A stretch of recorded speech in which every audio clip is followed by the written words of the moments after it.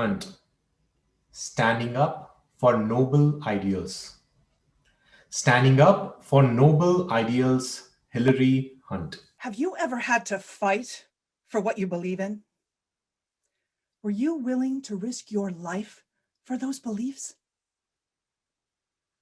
Fellow Toastmasters, judges, honored guests, let me tell you a story about my family.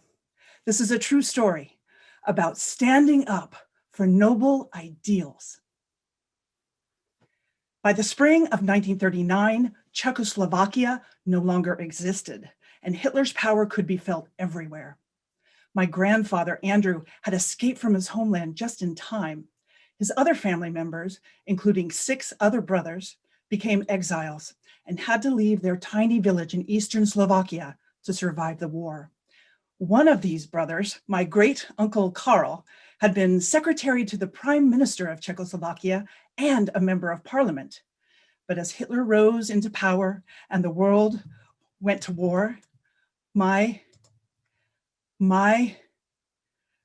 uncle Karl became a spy fighting for democracy. World War II lasted from 1939 to 1945, and Nazi Germany occupied all of Slovakia.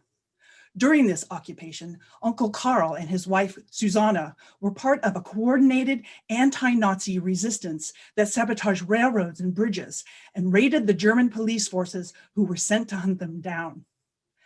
A member of this resistance was captured, and this man betrayed my Uncle Karl, who was arrested along with the chairman of the Slovak National Council. This would be Uncle Karl's first arrest, but not the last. After the war ended in 1945, Karl became a leader of the new Democratic Party of Slovakia. But neither Karl nor Susanna enjoyed a moment's peace or any kind of normal life when communism came in 1948. The communists tried to persuade Karl to join their party, and when they refused, the persecution began. His business was confiscated, and he learned that his life was in danger. So he escaped to America, but he had to leave Susanna and their young son Milan behind. An entire year passed, and in early 1949, Karl made a desperate attempt to get his wife and son out by arranging for them to be guided across the border to Austria. He himself had returned from America to meet them at the barbed wire. Imagine him crawling out from the woods on the Austrian side into enemy territory to take his beloved wife and son by the hand to freedom. Instead, the worst fear of all was fulfilled. As before, he had been betrayed.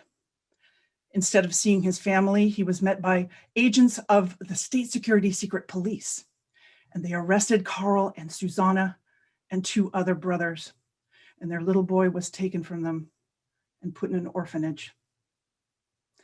Karl was a member of the Democratic Party and yearned for the nations of Europe to be united, but he and his noble ideals were ahead of their time.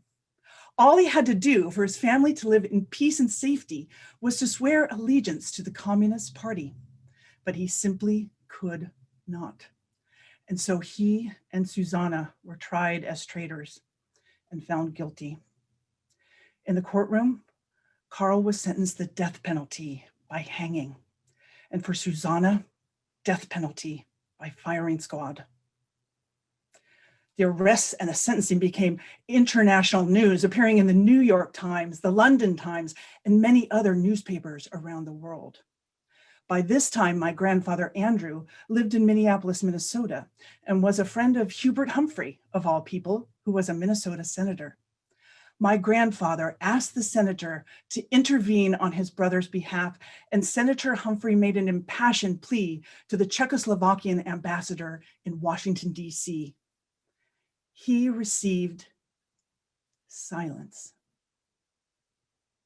For 390 days, Karl and Susanna sat on death row. It seemed that no one would help them. But eventually, Karl's sentence was changed to life imprisonment and his wife's to 30 years. And they were forced into hard labor mining uranium. The radiation they were exposed to by the uranium probably caused the cancer that they both eventually got. The authorities finally sent them home to die after serving over 15 years in prison. And still, Carl and Susanna held steadfast to their ideals and refused to give in to communist pressure. The secret police followed the entire family for the next 25 years until the fall of communism in 1989. Now, even though I never knew them, I felt this intense sense of pride and even love for these relatives. My Uncle Carl strove throughout his painful and tragic life to bring democracy to his country, just as the many brave Americans in US history fought to give us our tremendous freedoms. But with freedom comes responsibility.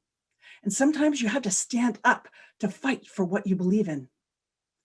Fortunately, you and I have the right to have our voices be heard. All we have to do to stand up for our beliefs, our noble ideals, is vote. Toastmasters.